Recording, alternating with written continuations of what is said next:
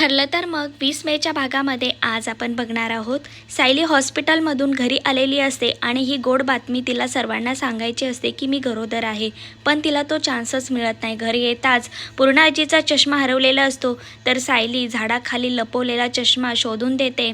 तर परत एकदा तिथे डाऊट येतो की सायलीला कसं काय हा चष्मा इथे लपून ठेवण्याचं सुचलं, कारण लहानपणी तन्वी याच ठिकाणी चष्मा हा लपून ठेवत होती। त्याच वेळेला सर्वजण घरामध्ये येतात, तर कल्पना सायलीला म्हणते, तुला मळमळ चक्कर, तुला बरं वाटत नाही ना, एक काम कर, तू रूममध्ये जाऊन आराम कर।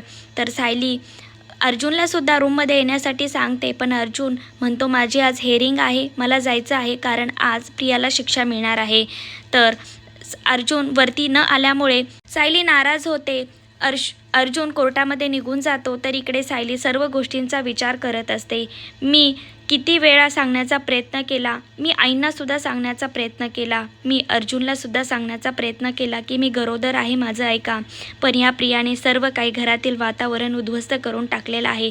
अश्विन भाऊजींचं तसं आहे, अस्मिताताईंचं तसं आहे, पूर्ण आजींच्या डोक्यावरती वेगळाच काहीतरी तन्वीचं भूत शिरलेलं आहे आणि हे सर्व घरातल्या वातावरणामुळे माझा आनंद पूर्ण हिरावून घेतलेला आहे। माझी गोड बातमी सांगता पण येत नाही। या गोष्टीचा सायली विचार करते आणि ती खूप अतिशय रडत असते।